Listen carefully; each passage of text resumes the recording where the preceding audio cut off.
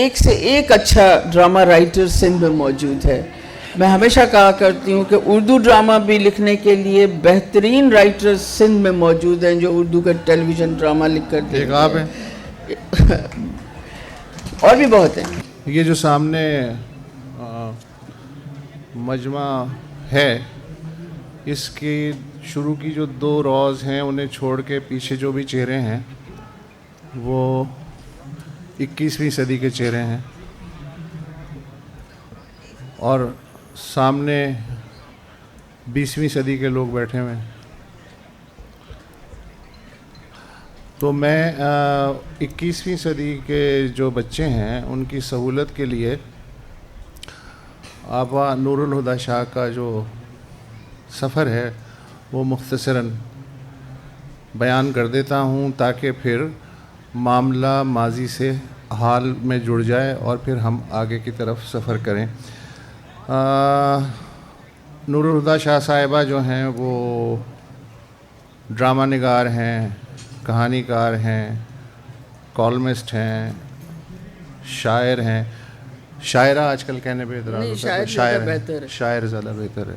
شاعر ہیں، سندھی اور اردو میں لکھتی ہیں. ان کی جو بنیادی اور ابتدائی شہرت تھی وہ ڈرامہ نگار کی تھی. خود میں 1983 میں یونیورسٹی میں پڑھتا تھا، مجھے نہیں پتا تھا کہ نور الہدیٰ شاہ، تصویر بھی نہیں دیکھی تھی، تو عجیب سا کنفیوژن تھا کہ میں کس خانے میں رکھوں، مرد کے خانے میں رکھوں یا عورت کے خانے میں رکھوں. جیسے جان ایلیا کے بارے میں ایک پوری نسل کو کنفیوژن تھا کہ یہ کون ہے. تو 83 میں جنگل ماشاء اللہ کا پیک کا زمانہ، اس میں جنگل ایک ٹرینڈ سیٹر سیریز. ہم ان سے یہ بھی پوچھیں گے کہ جنرل ضیاء کے دور کو خاصا خوفناک اور استبدادیت سے بھرپور دور کہا جاتا ہے، جنگل کیسے چل گیا تھا پوچھیں گے بعد میں. اس کے علاوہ پھر ان کی جو مشہور سیریز تھیں جو کہ لائبریریز میں ریفرنس لائبریری کی زینت بننی چاہیے جب بھی یہاں پہ ٹریننگ ہو کہ کیسے کام کیا جاتا ہے. بصری، اس میں ماروی، فاصلے، تپش، یہ تو اکثر لوگوں کو یاد ہوئے. 2014 میں ادھورا ملن، 2014 کا ہے نا؟ نہیں، ادھورا ملن میرا نہیں ہے. اچھا آپ کا نہیں ہے، ٹھیک ہے، سپرویژن. چلیں. تو یہ تو ان کا ڈرامے کا اسپیکٹ ہے. اس کے علاوہ تھوڑا سا یہ سیاست ان سے ایسے ٹچ ہوئی ہے جیسے گولی کنپٹی سے کے قریب سے گزر جائے. تو وہ ایکسپیرینس بھی ہم آپ سے پوچھنا چاہیں گے. اور بھی بہت سی باتیں ہوں گی. آپ کا کیا خیال ہے کہاں سے شروع کریں؟ جہاں سے آپ کا دل چاہے وہاں سے شروع کریں. اچھا، آج کل جو ہے وہ مجھے ایک اڑتی ہوئی خبر ملی ابھی احمد شاہ کی زبانی کہ سکھر آپ پہلی بار بطور عام شہری آئی ہیں. نہیں، میں ہمیشہ عام شہری ہی رہی ہوں. ہاں، سکھر ہم کہہ سکتے ہیں کہ میں پہلی بار سکھر کے لوگوں کے درمیان اور اس طرح سے میں پہلی بار آئی ہوں. اس سے پہلے میرا آنا نہیں ہوا. دل میرا یہاں کے لوگوں کے ساتھ جڑا ہوا ہے، ظاہر ہے. جی یس، پہلی بار ہی آئی ہوں. ایک بار آئی تھی، اب وہ کوئی اتنی خوبصورت بات نہیں ہے دل کو چھو لینے والی. وہ 2013 کا جو کیئر ٹیکر گورنمنٹ تھی اس میں تجربہ کرنے کے لیے میں بھی منسٹر بن گئی تھی، میرا بھی نام بن گئی. سو ایئر فورس کے جہاز میں بیٹھ کر سکھر آئی تھی، سکھر اتری تھی. اور اس وقت کے چیف منسٹر جو تھے، ظاہر ہے کہ سی ایم کی جو گاڑی ہوتی ہے اس میں بیٹھ کر میں سکھر جتنا دیکھ سکی میں نے دیکھا. کل میں غازی صلاح الدین اور صادقہ سے ذکر کر رہی تھی کہ میں جب اس چکر میں جب یہاں آئی, لاڑکانہ گئے, خیرپور گئے, سکھر گئے, تو جب لاڑکانہ سے چیف منسٹر کی گاڑی گزری اور وہ سارا قافلہ گزرا, اور راستے میں دونوں طرف لوگ کھڑے تھے اور صرف دیکھ رہے تھے, مجھے بڑا دکھ ہوا. میں نے کہا رے تم لوگوں کی زندگی گزر گئی یہ تماشا دیکھتے ہوئے, ابھی تک تم لوگ اس تماشے کے تماشبین ہو اور شوق سے دیکھتے ہو. سو یہ ایک تجربہ رہا, لیکن سمجھتی ہوں کہ میں سکھر پہلی دفعہ آئی ہوں یوں. اچھا, آپ نے ذکر کیا 2013 کا, کیئر ٹیکر چیف منسٹر تھے زاہد قربان علوی جی صاحب. جی تو آپ تھی وزیر اطلاعات, انفارمیشن منسٹر تھی نا کیئر ٹیکر. اچھا, آج کل بھی چونکہ کیئر ٹیکر زمانہ ہے نگراں حکومت کا, تو نور الہدیٰ شاہ وزیر اطلاعات, اور یہ سب سے زیادہ سخت اور تھینک لیس وزارت ہوتی ہے کہ جو بھی حکومت بکے جا رہی ہے آپ کو اس کی صفائی پیش کرنی ہے, اس لیے کہ یہ آپ کی جاب ہے. یہ جو پل صراط تھی اس سے آپ کیسے گزری؟ پہلے تو بتائیں کہ آپ نے رضامندی کیوں ظاہر کی تھی, کیا وجوہات تھیں؟ پھر جب آپ کو سب سے جو میرے خیال میں خراب وزارت ہوتی ہے کہ جس میں آپ کو سب کی صفائی پیش کرنی پڑتی ہے, وہ آپ کو تھما دی گئی, اتنا بڑا چیلنج, اور پھر ظاہر 4-5 مہینے تو آپ رہی ہوں گی یا 3 مہینے, تو آپ کو وہ جو تجربہ تھا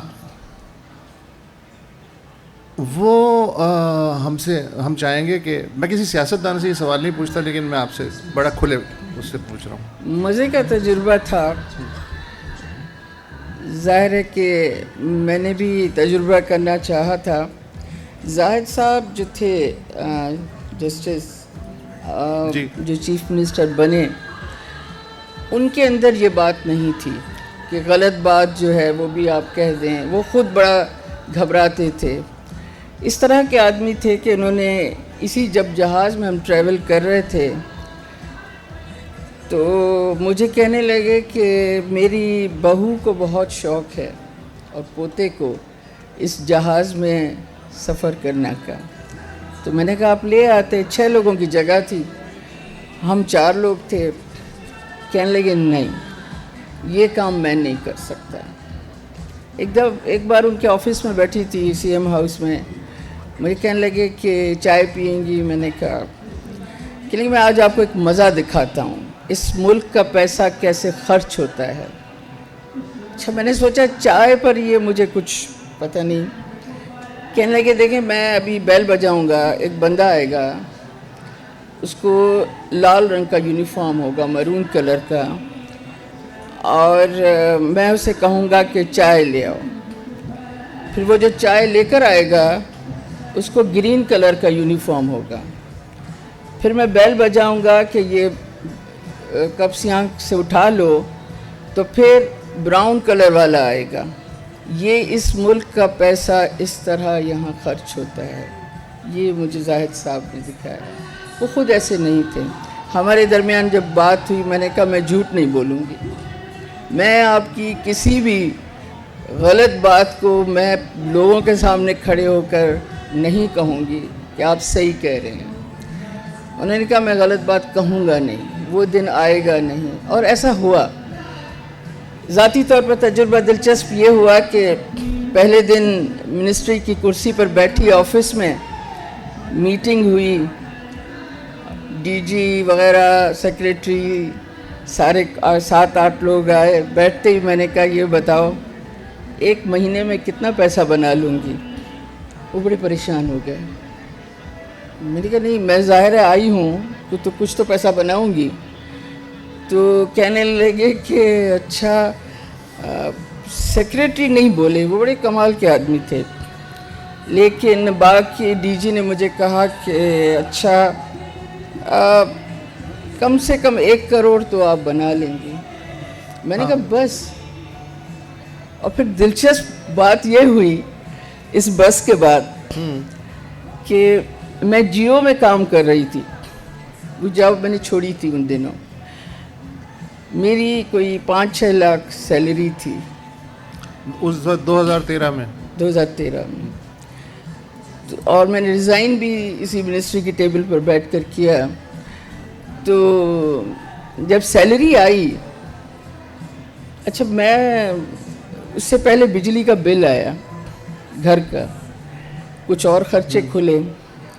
اچھا مجھے بڑا اطمینان تھا, میں نے کسی سے پوچھا منسٹر کی کتنی تنخواہ ہوتی ہے, پتہ چلا 3 لاکھ ہوتی ہے. جب چیک ملا تو 75,000 کا تھا. تو بڑا مزہ آیا. انیس ہارون بھی منسٹر بنی تھی. جی. تو 15 منٹ کے بعد دروازہ کھلا اور انیس اندر داخل ہوئی. انہوں نے کہا تمہیں سیلری ملی ہے؟ میں نے کہا ہاں. کتنی ملی ہے؟ میں نے کہا 75,000. تو اس پر میرے منہ سے نکلا, میں نے کہا اچھا یہ لوگ اسی طرح, اسی لیے ہمیں کھا کر گزارا کرتے ہیں. سو یہ تجربات ہوئے. اچھا میں یہ جاننا چاہ رہا ہوں کہ کس کا فون آیا تھا کہ آپ کو ہم جو ہے منسٹر بنا رہے ہیں؟ یاد ہے یا ابھی؟ میرا اپنا خیال ہے کہ زاہد صاحب نے فون کروایا تھا. فون کس کا تھا مجھے یاد نہیں ہے, لیکن جب ہماری فرسٹ میٹنگ ہوئی تھی تو زاہد صاحب نے مجھے کہا کہ آپ اور انیس یہ 2 لوگ ہیں جس پر تمام سیاسی جماعتوں نے اتفاق کیا کہ ان پر ہمیں کوئی اعتراض نہیں ہے. مجھے نہیں پتہ کہ انہیں کیوں اعتراض نہیں تھا, حالانکہ کچھ تجربات ہوئے ایسے بڑے عجیب ہوئے. مثلاً ایک صاحب تھے, ان کے بندے, وہ ایک سیاسی جماعت تھی, روبوتاب تھا, ان کا ایک بندہ آفس نہیں آتا تھا. پتہ چلا کہ اس کو یہ آتا ہی نہیں ہے, یہ ان کا پرسنل سیکریٹری بن کر کام کرتا ہے. تو میں نے اس کو آفس کے لیے باؤنڈ کیا کہ تمہیں روزانہ آنا ہے. ان صاحب نے ایک دن مجھے فون کیا, تھے ظاہر طاقتور گروپ تھا ان دنوں. انہوں نے مجھے فون کیا, انہوں نے کہا یہ میرا نام ہے. میں نے کہا آپ کون ہیں؟ میں نے یہ نام سنا ہی نہیں. کہنے لگے میں فلاں ہوں, فلاں جماعت سے میرا تعلق ہے, میرا بندہ آپ نے جو ہے روک لیا ہے. میں نے کہا آپ بھی وہی وڈیروں والا کام کرتے ہیں اور پھر ہمیں کہتے ہیں کہ یہ سندھی جو ہیں یہ وڈیرے ہیں اور یہ ہیں وہ ہیں. کام تو آپ بھی وہی کرتے ہیں, سرکاری پیسے پر بندہ رکھتے ہیں اور اپنا پرسنل کام لیتے ہیں. سو اس طرح کے تجربات ہوئے. مجھے کوئی سچ میرا خیال ہے کہ برا تجربہ ایسا نہیں ہوا. سیکریٹری ایک تھے جو ڈپارٹمنٹ کے, انہوں نے بڑی پیاری بات کہی ایک دن مجھے. کہنے لگے میڈم اس ٹیبل پر کبھی بھی, اس سے آپ سمجھ لیں کیا کیا ہوتا ہے, اس ٹیبل پر اپنے خیال میں بیٹھے ہوئے بھی کبھی بھی اپنا سگنیچر مت چھوڑیے گا. اوکے. یہ بھول کر بھی یہ کام مت کیجیے گا, کسی کاغذ پر سگنیچر مت کیجیے گا. اگر آپ کے سامنے کوئی فائل آئے تو آپ میرے پاس بھیجیے, مجھے بلائیے, خود اس پر کچھ مت کیجیے کیونکہ یہ چیزیں بعد میں آپ کو بہت پریشان کریں گی. سو یہ تجربہ تھا, کوئی خاص. ٹھیک ہے. اس کے علاوہ تو کوئی سرکاری تجربہ نہیں ہے آپ کو؟ نہیں. اچھا آپ نے جو جنگل سے آپ کا سفر شروع ہوا, پھر ابھی ریسنٹلی آخری آپ نے پلے کون سا لکھا تھا, کب لکھا تھا؟ لاسٹ سمی لکھا تھا. کون سے سن میں؟ کون سی سمی؟ کون سے سن میں؟ سن میں میرا خیال ہے کہ اس کو 4 سال ہو گئے ہیں, 4-5 سال ہو گئے ہیں. تو یہ جو ہے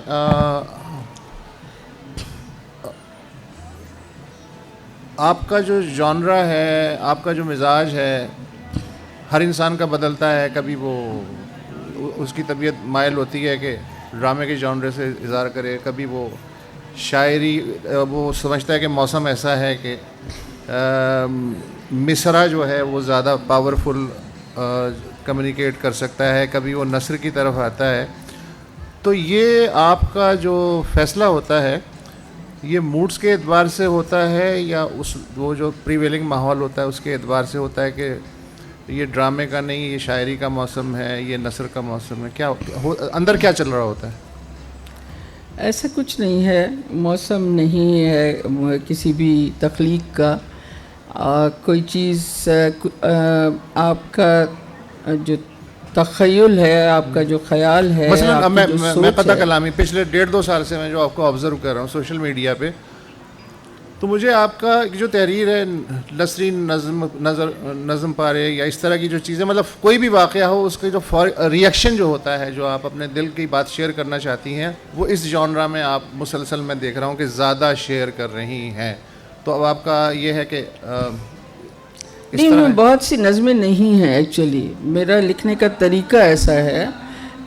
میں نے بھی ریسنٹلی بھی ایک بات لکھی تو کسی نے کہہ دیا بہت اچھی نظم ہے. بھائی نظم نہیں ہے یہ، کبھی کبھی تو میں نیچے لکھ بھی دیتی ہوں. میٹر ویسا ہوتا ہے نا کہ ہاں وہ ہے، وہ میں کہہ رہی ہوں کہ میرا لکھنے کا طریقہ ایسا ہوتا ہے. جب آپ اپنی بات کو گہرائی کے ساتھ کہنا چاہتے ہیں اور آپ چاہتے ہیں کہ اسے ہر معنی میں محسوس کیا جائے، تو آپ ذرا اپنے لکھنے کا انداز وہ اختیار کرتے ہیں. ظاہر ہے کہ کہانی تو آپ نہیں لکھ سکتے اپنے ری ایکشن میں. مجھے ابھی ریسنٹلی کشور نے کہا کہ یہ کیا ہے کہ تمہاری نظمیں دوسرے مجھے بھیجیں اور تم مجھے نہ بھیجو. تو میں نے کہا میں نظم آپ کے ساتھ شیئر کرتی ہوں، یہ جو چیزیں ہیں یہ نظمیں نہیں ہیں. سو یہ تھوڑا سا کنفیوژن ہے، لیکن میرا لکھنے کا انداز ایسا ہے. میں اس کی ٹیکنیکلی آپ کو بتاؤں کہ یہ جو آج کل کے نوجوان ہیں، ان کو آپ کوئی 30-40 لائنیں دے دیں لکھ کر، یہ اس طرح سے اسے نہیں پڑھیں گے. لیکن اگر آپ سطروں کو آپ بریک کر کے لکھیں گے، سوشل میڈیا پر بریک کر کے لکھیں گے، تو یہ زیادہ دلچسپی سے پڑھتے ہیں. یہ میری آبزرویشن ہے، اس وجہ سے کچھ چیزیں آپ کو نظم لگتی ہیں. لیکن بہت سی نظمیں بھی ہیں، بہت سی نظمیں بھی ہیں. تو ہم کیسے تمیز کریں گے یہ نظم ہے یہ نظم نہیں ہے؟ ابھی کتابی صورت میں آ جائیں تو آپ تمیز کر لیں گے. ٹھیک ہے. اچھا، شروع میں نے عرض کیا تھا کہ 83 میں جب ماشاء اللہ پیک پہ تھا تو تب سے دنیا نور الہدیٰ شاہ کو جاننے لگی ٹی وی اسکرین کے ذریعے. وہ بہت سخت، جسے کہتے ہیں نا پاتھ بریکر قسم کے موضوعات تھے اس زمانے کے لحاظ سے، جو آپ نے اٹھانے کی کوشش کی. اچھا، آج اسی طرح کے موضوع ان پہ ہاتھ ڈالا جا سکتا ہے؟ اتنی گنجائش ہے؟ نہیں، ہاتھ تو ڈالا جا سکتا ہے. جنگل لکھنے سے پہلے میری کہانیوں کا میں کہانیاں لکھ چکی تھی جی، اور وہ کوئی 10-12 کہانیاں تھیں جن کا مجموعہ سندھی میں آ چکا تھا. اچھا، ریسنٹلی میں نے وہ کہانیاں 50 سال کے بعد دوبارہ پڑھی. ایک بچہ نوجوان ہے جو اسلام آباد میں ایم فل کر رہا تھا، ہو گیا اس کا. اس کی تھیسس میں کوئی 3 چیپٹرز میرے بارے میں تھے، تو اس نے میری 3 کہانیاں بھی ترجمہ کی تھیں اس دور کی. تو وہ میں نے تو بعد میں کبھی مڑ کر وہ کہانیاں پڑھی نہیں. تو وہ اس نے مجھے کہا کہ میڈم مجھے تھوڑا سا ٹائم دیں، میں سندھی کی کہانی لاتا ہوں، آپ اردو کی مجھ سے سنیے، ترجمے میں اگر کوئی غلطی ہو تو اسے ٹھیک کیجیے گا. ٹھیک ہے. تو میں کہانی سنتے ہوئے ہنس پڑی. کہنے لگا آپ کیوں ہنس رہی ہیں؟ میں نے کہا میں تم پہ نہیں ہنسی، میں کسی اور بات پہ. خیر اس نے بہت ضد کیا. میں نے اسے کہا کہ مجھے آج یہ کہانی سنتے ہوئے احساس ہو رہا ہے کہ لوگ مجھے گالیاں کیوں دیتے تھے اس دور میں. وسعت میں نے جنگل لکھنے سے پہلے آج کل ممتاز بخاری دوبارہ وہ پورا مجموعہ شائع کر، کئی بار چھپ چکا ہے، بہت بکا ہے، بہت چلا ہے، لیکن وہ پہلا مجموعہ جو ہے، جب ممتاز بخاری نے مجھے ابھی کہا کہ آپ ایک نظر اس پر ڈالیں، تو مجھے یاد آیا کہ میں نے 14 سال کی عمر میں وہ کہانیاں لکھی ہیں، 15 سال کی عمر میں وہ کہانیاں لکھی ہیں. اور مجھے نہیں پتا تھا کہ یہ ادب میں کیا ان کا مقام، مجھے چاہیے بھی نہیں تھا. مجھے اس کا شاید سمجھ بھی نہیں تھی مجھے اس کی کہ یہ ادب سندھی ادب میں ان کا کیا مقام بنے گا. میرا پرابلم یہ تھا کہ میں پلی بڑھی لاہور میں تھی. 14-15 سال کی عمر میں لاہور سے آئی تھی. میرے والد کو بہت شوق تھا کہ میں سندھی جو ہے وہ پڑھ سکوں, تو انہوں نے مجھے سندھی ایک نیوز پیپر نکلنا شروع ہوا ہلال پاکستان کے نام سے, تو وہ گھر میں شروع کروایا. خود تو دفتر میں اپنی جو بھی پیپرز پڑھتے ہوں گے, مجھے کہنے لگے جہاں اتنی چیزیں پڑھتی ہو وہاں اسے بھی پڑھ لیا کرو. سندھی لکھنے کے شوق میں نے کہانیاں لکھی. پہلی کہانی جو لکھی, یہ بچے سکھر کے ہیں ریلیٹ کر سکیں گے, پہلی کہانی جو میں نے لکھی اور بس لکھ دی, وہ اس کا نام تھا حویلی شریف. اور میں حویلیوں کو جانتی بھی نہیں تھی, میں لاہور سے آئی تھی. میں نے اپنی اماں سے کہانیاں سنی تھی حویلیاں کیسی ہوتی ہیں اور یہ وہ. میں نے کہانی لکھ دی. اس کہانی پر سندھ کا بہت بڑا سیاسی خاندان, ان کا بڑا شدید رد عمل آیا. حویلی شریف تھی جہاں بیٹیوں کی شادیاں نہیں ہوتی, وہ نسل در نسل بیٹیاں بٹھا دی جاتی ہیں جائیداد کو محفوظ رکھنے کے لیے. تو بڑا شدید رد عمل آیا کیونکہ وہ اخبار میں چھپی, ہلال پاکستان میں. اور بھٹو صاحب تک وہ پیپلز پارٹی کے تھے اور ہلال پاکستان اخبار آپ کو پتہ ہے.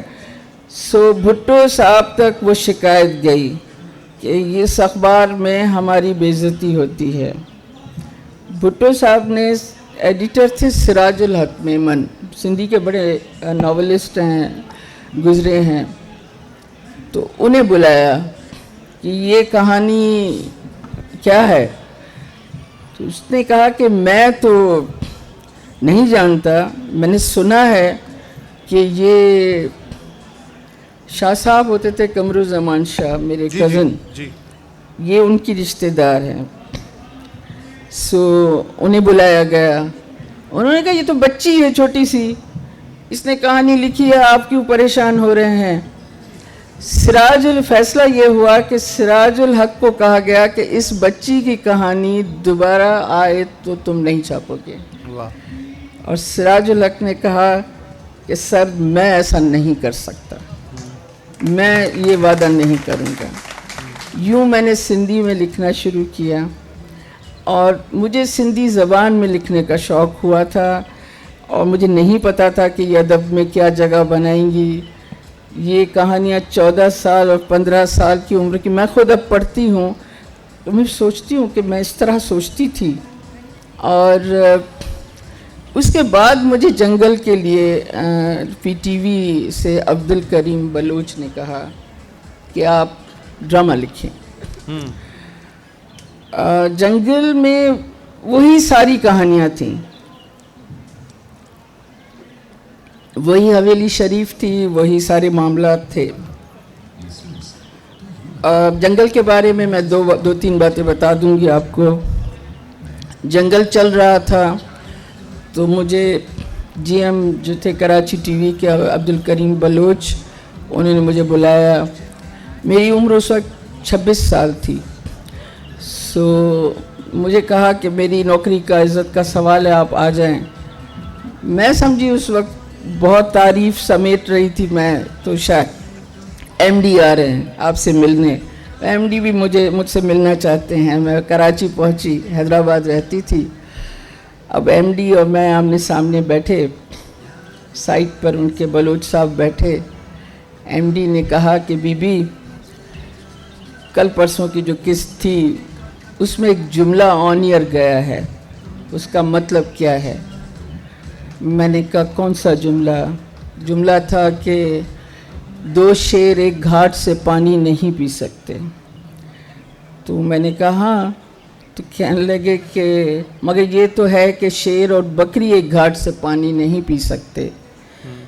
تو میں نے کہا وہ محاورہ ہے, محاورہ ڈائلاگ نہیں بن سکتا. تو مجھے غور سے دیکھ کر کہنے لگے کہ کہیں اس کا مطلب یہ تو نہیں کہ بھٹو اور ضیاء ایک گھاٹ سے پانی نہیں پی سکتے.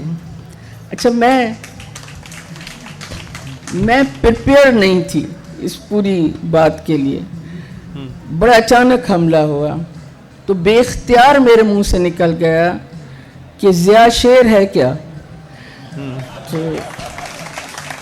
وہ بڑے پریشان, انہوں نے بڑا دیکھا گھور کے, بلوچ صاحب کو انہوں نے نظریں جھکا دی.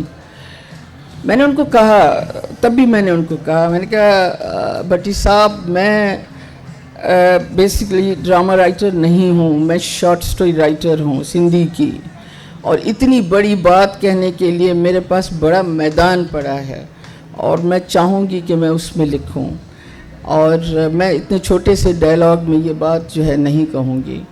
خیر اس سے خوبصورت مطلب جو بات دل پہ رہ گئی, جب بلوچ صاحب مجھے دروازے پر چھوڑنے آئے تو میرا موڈ بڑا خراب تھا, تو میں نے کہا بلوچ صاحب یہ سب کیا ہے؟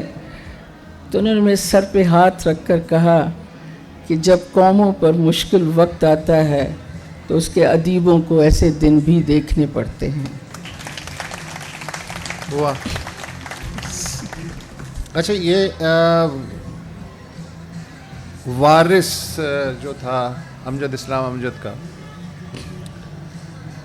اور پھر آپ کا جنگل, اچھا اس کو بھی اب ظاہر ہے کہ 3 نسلیں بدل گئیں, 40 سال سے اوپر ہو گیا زمانہ.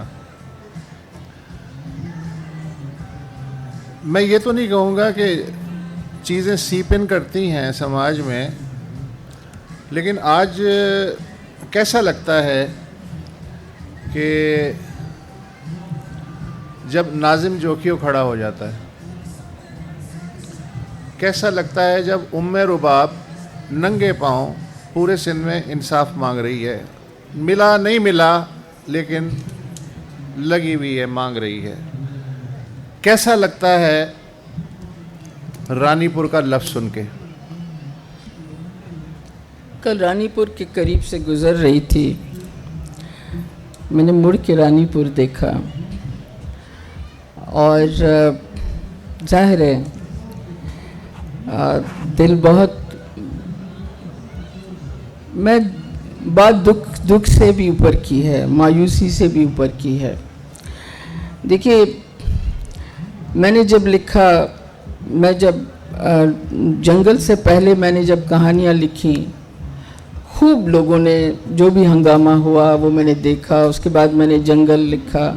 شاید عمر ایسی ہے وہ ہوتی ہے جس میں آپ کو کوئی پرواہ نہیں ہوتی, آپ انجوائے کرتے ہیں کہ دوسرے تڑپ رہے ہیں, جل رہے ہیں کہ ہم پر انگلی اٹھا رہی ہے, یہ وہ کچھ پرواہ نہیں ہوتی ہے. آلدو کہ میری والدہ کو ہمیشہ ان دنوں جب میں کہانیاں لکھ رہی تھی اور میں نے جنگل لکھا, تو میری والدہ کو بڑا خوف تھا کہ اس کو لوگ مار دیں گے, اسے گولی لگ جائے گی کسی دن. لیکن ایسا کچھ ہوا نہیں, باقی کئی معاملات دیکھے. لیکن اس کے بعد سماج کو ایک خوش فہمی بھی ہوئی کہ بدلتے ہوئے بھی میں نے دیکھا. سماج کو بدلنے کا مجھے خود اپنے جنگل لکھنے سے تجربہ ہوا کہ میں نے بہت سے لوگوں کو دیکھا, بہت سی عورتوں کو, لڑکیوں کو دیکھا جنہوں نے کہا کہ ہمارے گھر کا ماحول یا رسم و رواج میں خاصی تبدیلی آ گئی. لیکن اس وقت میں دیکھ رہی ہوں کہ ہمارے سندھ میں, اور اس کا بڑا سیاسی پس منظر ہے, ایسا نہیں ہے, میں نہیں کہوں گی کہ عام لوگوں نے ایسا کیا ہے. سندھ میں ووٹ جو ہے وہ وڈیرے کے ہاتھ میں دے دیا گیا ہے, ووٹ اور ووٹر سندھ میں وڈیرے کے ہاتھ میں دے دیا گیا, اس لیے وہ زیادہ پاورفل ہو چکا ہے اب. اچھا, اس کا تو خیر سیاسی, اب خواہ سیاسی باتیں نکل آئیں گی. اس کا سب سے بڑا نقصان اس الیکشن میں آپ کے سامنے بھی آئے گا. لیکن اس سے یہ ہوا ہے وہ اتنا پاورفل ہو چکا ہے کہ وہ اپنے رسم و رواج اور یہ سارے جو اپنا ڈومینیشن اور سماج پر اپنی گرفت نہ صرف وہ مضبوط رکھے ہوئے ہے, بلکہ ہمارے نوجوان بیٹھے ہیں, انہیں جس چیز سے اختلاف کرنا چاہیے. میں نے کئی ایسی ویڈیوز جب میں دیکھتی ہوں کہ سردار کو پگڑی باندھی جا رہی ہے اور ہمارے نوجوان ناچ رہے ہیں اور اس کی ویڈیو بنا رہے ہیں, تو پھر تو کہانی رانی پور سے بھی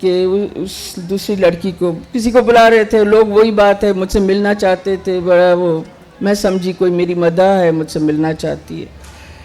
ایک لڑکی آئی 30 سال کی ہوگی، اس کے گود میں 8-9 مہینے کی ایک چھوٹی سی بچی تھی۔ تو اس نے مجھے کہا کہ میری بیٹی کا نام نور الہدیٰ شاہ ہے۔ میں مجھے بڑا عجیب لگا کہ سر نیم بھی لگا دیا۔ اس نے مجھے بتایا کہ ہم شاہ ہیں، سید ہیں، سندھ کے فلاں خاندان سے میرا تعلق ہے، فلاں جگہ کے ہیں، نہ میری بہنوں کی شادیاں ہوئیں، نہ میری پھوپھیوں کی ہوئی، نہ اس سے پیچھے نہ اس سے پیچھے، کہیں بھی نہیں۔ ہمارے گھر میں ٹیلی ویژن نہیں ہے۔ میرا چھوٹا بھائی کراچی میں پڑھتا ہے۔ اس نے جنگل ڈرامہ دیکھا، اور جنگل ڈرامے میں یہ حویلی میں بند لڑکیاں تھیں۔ اس نے جنگل ڈرامہ دیکھا اور وہ گھر آیا اور اس نے میرے بابا کو کہا کہ بیٹیوں کو آزاد کریں، ان کی شادیاں کروائیں، انہیں پڑھنے دیں۔ تو بڑا سب نے، بھائیوں نے، باپ نے، سب نے اس کو برا بھلا کہہ کے روانہ کر دیا۔ وہ لڑکا، اس نے بتایا کہ میرا بھائی ایک بار پھر آیا، مجھے کہنے لگا میں بڑی بہنوں کے لیے کچھ بھی نہیں کر سکتا، ان کی عمر نکل چکی ہے، میں تمہارے پاس آیا ہوں، تمہارا دل چاہتا ہے باہر نکلنے کو، تمہارا دل چاہتا ہے پڑھنے کو، تمہارا دل چاہتا ہے کہ تمہاری شادی ہو، تمہارا گھر ہو۔ میں نے اسے کہا ہاں۔ اس نے مجھے بتایا کہ ایک دن میرا بھائی، ایک رات اندھیرے میں میرا بھائی مجھے سب سے چھپا کر جیپ میں بٹھا کر، جب اس نے مجھے جیپ میں بٹھایا تو یہ پہلی بار تھا کہ میں نے وہ گاڑی دیکھی تھی، یہ چیز کیا ہوتی ہے۔ جیپ میں بٹھا کر مجھے کراچی لے آیا۔ یہاں اس نے میرے خالہ زاد سے بات کی ہوئی تھی، میرے خالہ زاد نے نکاح کا انتظام کیا ہوا تھا۔ ہم کراچی پہنچے، میرا نکاح میرے خالہ زاد سے ہوا، یہ بیٹی پیدا ہوئی، اس کا نام میں نے نور الہدیٰ شاہ رکھا ہے۔ یہ بھائی تھا، اس میں میرے کریڈٹ پر نہیں جاتی کوئی بات، ہم تو کہانیاں لکھنے والے ہیں، ہمارا کام کہانیاں لکھنا ہے، لیکن اس بھائی پر یہ بات جاتی ہے جو اپنی بہن کو رات کے اندھیرے میں، یہیں کہیں کے علاقے کی بات ہے، میں کوئی دور کی بات نہیں کر رہی، ہو سکتا ہے کہ وہ نام مجھے اب یاد نہیں ہے، لیکن اگر لوں بھی تو آپ کو پتہ چل جائے کہ کون لوگ، لیکن یہی آپ جیسے بھائی، یہی چھوٹے چھوٹے بھائی بہن کو نکال کر لے گیا اور ایک پوری نسل اس نے بنا دی۔ اس ضرورت، اصل میں خوشی مجھے بیٹیوں کو دیکھ کر ہوتی ہے، بڑی پیاری بچیاں ہیں، بڑی انقلابی ہیں، ڈر بھی لگتا ہے کہ یہ بچیاں کسی ایسی رسم کے تحت، کسی ایسے بھائی کے ہاتھوں، کسی چچا زاد کے ہاتھوں، شوہر کے ہاتھوں مار نہ دی جائیں۔ ان کے راستے کھولنے والے یہ بچے ہیں، ان میں امید ہے اور ان سے شکایت بھی ہے۔ ہاں، ہم ابھی فیوڈل سسٹم اور کہانی اور اس کے اثرات ٹوٹ رہا ہے یا طاقتور ہو رہا ہے، اب تک اس پہ بات کرتے آئے ہیں۔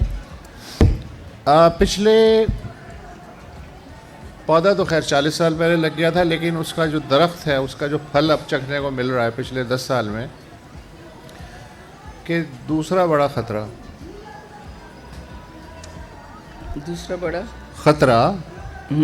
جسے ہم کہتے ہیں نا، ڈھول پیٹتے رہتے ہیں، صحیح صوفیوں کی سرزمین ہے سندھ، ٹالرنس کی بات کریں آپ، جو ہیں سیکولر مزاج ہے، یہ ہے طبیعت میں وہ ہے۔ مجھے لگ رہا ہے یہ دیوار بھی اب ٹوٹ رہی ہے۔ مولوی جو ہے مجھ سے سر عام اپنی مرضی کی تحریر لکھوا کے مجھے دوبارہ دائرہ اسلام میں لا سکتا ہے یا خارج کر سکتا ہے۔ باقی صوبوں میں تو ہم دیکھتے رہے ہیں، لیکن اب یہاں پچھلے 4-5 سال میں بہت سے اپنے دوستوں کو جانتا ہوں جنہوں نے پتہ نہیں کس رو میں کیا کہا ہوگا، اس کا انٹرپریٹیشن کر کے، ان کا گھیراؤ کر کے ان سے کہا گیا کہ آپ یہ پڑھ دیں اور انہوں نے پڑھا. اس کو آپ کتنا سیریسلی لیتے ہیں اس خطرے کو؟ دیکھیے یہ بہت ہی سیریس مسئلہ ہے. دو مسائل ہیں. ایک تو فورس کنورژن جو ہے وہ بہت نازک مسئلہ ہے. وہ بھی اسی وجہ سے ہے کہ ہم نے اور اس پہ ہم لکھ نہیں سکتے. میں تو لکھ سکتی ہوں نہیں، لیکن ابھی تک سامنے نہیں آیا کچھ بھی کہ لکھ بھی دیں گی تو وہ بھاگ جائے گا چینل والا. ہاں وہ ظاہر ہے کہ وہ کہیں پھنس جائے گا. میں ڈرامہ تو ظاہر نہیں لکھ سکتے. میں نے جنگل میں ایسا ہی پیر لکھا تھا. لیکن دو مسئلے ہیں. ایک تو یہ ہے کہ یہ جو زبردستی دائرہ اسلام میں لانے کی بات ہے یہ ایک الگ بہت بڑا سوال ہے. ہم اسے آپ کی بات ہم اس کے خلاف لکھ نہیں سکتے، بول نہیں سکتے. ہم سمجھتے ہیں نہیں، یہ صرف مائنورٹیز کی بات نہیں کر رہا. آپ اس کی بات کر رہے ہیں. مطلب مولوی کا میں اور آپ سوالیہ نشان بنا کے ہمیں دوبارہ وہ دائرہ اسلام میں لاتے ہیں. ہم سے کنفیشن کرواتے ہیں. وہ دوبارہ دائرہ اسلام میں دیکھیے مولوی کے ہاتھوں ایک گر آ گیا ہے. کیا ہے؟ ہر انسان اور پھر ہر نوجوان، اس کی خواہشیں، اس کی سوچیں، اس کی تنہائی، اس میں بڑے معاملات ہیں انسانی نفسیات کے. مولوی پہلے تو انسان کو گردن سے، نوجوانوں کو، مردوں کو خاص طور پر سب کو پکڑتا ہے کہ تم سب گناہ گار ہو، اور اس کے بعد وہ ان کو دوبارہ جو ہے ان کو مسلمان کرنے کی طرف لے آتا ہے. لیکن اصل چیز میں آپ کو بتاؤں، میں بھی مسلمان ہوں. میں بھی دل سے مسلمان ہوں. مطلب میں خود کو رسمی مسلمان نہیں کہتی، میں دل سے مسلمان ہوں. اصل معاملہ جو ہے مسلمان ہونے کا وہ حقوق العباد میں چھپا ہے، ہیومن رائٹس میں چھپا ہے. بنیاد اس کی یہ ہے. آپ کا ذاتی گناہ نہیں ہے. آپ کا ذاتی گناہ معاف ہو جائے گا. اسے معافی کی ضرورت بھی نہیں ہے. آپ ایک گناہ کریں گے، 2 کریں گے، 10 کریں گے، نکل جائیں گے اس میں سے. اصل معاملہ جہاں پھنسے گا مسلمان ہونے کا، اگر مسلمان کے پوائنٹ آف ویو سے سوچنا ہے تو وہ معاملہ ہے حقوق العباد کا. مولوی جو بھی مولوی پہلا نشانہ آپ کے گھر کی عورتوں پر تانتا ہے اور آپ کا رخ اس طرف موڑتا ہے کہ اس کو پردے میں بٹھا دے، اس کو بند کر دے. بیوی جو ہے وہ کچرا ہے، حوروں کے خواب دیکھ، یہ سب بکواس ہے. اصل معاملہ حقوق العباد کا ہے. ہم پڑھتے نہیں ہیں. ادروائز میں اپنے بچوں کو بتایا کرتی ہوں کہ اسلام کے دائرے میں آنے کی بات ہے. سورہ بقرہ میں ایک پوری لسٹ لکھی ہوئی ہے. ایک پوری لسٹ ہے. آپ کے رشتہ دار، آپ کے والدین، قیدی، یتیم، مسکین، پوری ایک لسٹ لگی ہوئی ہے کہ ان کے حقوق ادا کرو. یہ چیز ہے مسلمان ہونے کی. مولوی کی کمائی آپ کی اپنی نہیں، اپنی تو ٹھیک ہے، مولوی کی کمائی آپ کی عورت ہے. ہمارے نوجوان انہیں سنتے ہیں. مولوی کی کمائی حور ہے، مولوی کی کمائی ان چیزوں میں ہے. ایسا کچھ نہیں ہے. آج بھی ہم بعد میں سے بات کریں گے، لیکن ابھی رو پڑی تھیں کشور اپنے سیشن میں غزہ کی بات کرتے ہوئے، فلسطین کی بات کرتے ہوئے. یہ جب روئیں تو میں نے سوچا یہ آنسو ہیں جو حقوق العباد ہیں. یہ آنسو ہیں جو مسلمان کے ہیں، جو انسان کے ہیں. اب مولوی کا مجھے دکھ ہوتا ہے. جگہ جگہ مولوی یہاں نظر آتے ہیں. اب مجھے مولویوں سے ہم نے، لیکن مولوی پھر وہ ہے جس کا کوئی وجود ہی نہیں ہے مذہب میں. پیر اور مولوی دونوں کہیں بھی نہیں ہے اسلام میں. جتنا اسلام کا انہوں نے فائدہ اٹھایا ہے یہ دونوں کہیں بھی نہیں ہیں. ہاں وہ ٹھیک ہے، لیکن اثر بڑھ رہا ہے اس کا. اثر نہیں بڑھنا چاہیے. ہمارے نوجوان سنتے ہیں، 40 فٹ کی حور سنتے ہیں، ہمارے یہ ٹک ٹاک یہ وہ ان پر سنتے ہیں. مجھے پتہ ہے سندھ میں بھی بڑا اس کا رجحان ہے. میں نے جلسے بھی دیکھے ہیں جب آپ نے 30 فٹ قد کم کر دیا, میں احتجاج کر رہا ہوں. 70 فٹ کی ہوتی ہے. طارق جمیل کی جو حور ہے وہ 70 کی ہے. اوکے.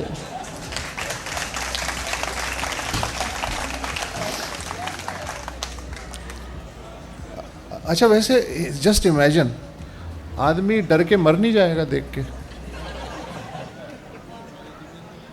وہ تو وہ ڈر کے مرے گا نا جو اس کے خواب میں وہاں پہنچے گا. جس نے وہ خواب ہی نہیں دیکھا ہوگا حور کا, اور جو اپنے ساتھ حقوق العباد لے کر جائے گا, وہ نہیں نہ ڈرے گا نہ مرے گا نہ اسے ڈھونڈے گا. وہ تو اپنا وہ اردو کی آخری کتاب ابن انشا کی ہے, آئی ایم شیور کہ اکثر لوگوں کی نظر سے گزری ہوگی. اس میں دائرے کی تعریف بتائی گئی ہے کہ دائرہ 2 طرح کا ہوتا ہے, ایک گول والا اور ایک اسلام کا دائرہ.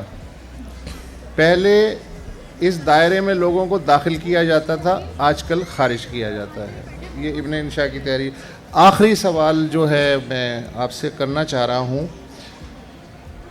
سندھی ڈرامہ جو ہے اس میں آج کا جو سندھی ڈرامہ ہے جو ہم نے گفتگو کی ہے اس کی روشنی میں بتائیے گا کہ کوالٹی کنٹینٹ کس لیول کا پروڈیوس کیا جا رہا ہے یا مکھی پہ مکھی ماری جا رہی ہے؟ نہیں, یہ میں آپ کو بتاؤں, اس میں سندھی ڈرامہ لکھنے والے کا بھی قصور نہیں ہے, سندھی ڈرامہ بنانے والے کا بھی قصور نہیں ہے.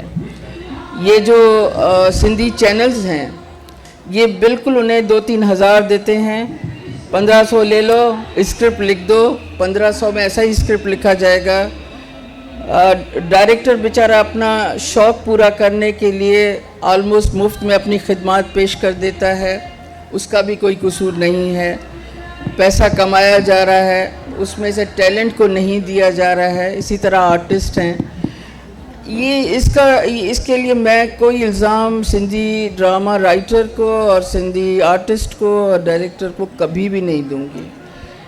یہ تو ان کے حصے کا پیسہ ہے جو وہ رکھے ہوئے ہیں. اگر اتنا پیسہ دیں جتنا وہ کما رہے ہیں, اس لیول پر دیں, تو میں سمجھتی ہوں کہ ایک سے ایک اچھا ڈرامہ رائٹر سندھ میں موجود ہے. میں ہمیشہ کہا کرتی ہوں کہ اردو ڈرامہ بھی لکھنے کے لیے بہترین رائٹر سندھ میں موجود ہیں جو اردو کا ٹیلی ویژن ڈرامہ لکھ کر دیتے ہیں. اور بھی بہت ہیں. اسی طرح ڈائریکٹرز بھی ہیں, بہت سے ڈائریکٹرز سندھی ڈائریکٹرز ہیں جو بہترین کام کرتے ہیں. لیکن یہ وہ وقت نہیں ہے کہ آپ بھیک کے طور پر کام دیں, تو پھر یہ رزلٹ تو یہی آئے گا جو آ رہا ہے. اچھا, دل نہیں چاہ رہا تھا لیکن آج کل انہوں نے میلے والوں نے ایک نئی ٹیکنیک ایجاد کی ہے کہ اگر آپ گفتگو جاری رکھنا چاہتے ہیں تو وہ دوسری تقریب کا لاؤڈ اسپیکر جو ہے اس کا رخ ادھر کر دیتے ہیں اور عقل مند کو اشارہ کافی ہے. نہیں, یہ تو انہوں نے, میں نے ابھی بولنا شروع کیا تو انہوں نے لاؤڈ اسپیکر آن کر دیا. احتیاطاً پیشگی. احتیاطاً. Thank you so much.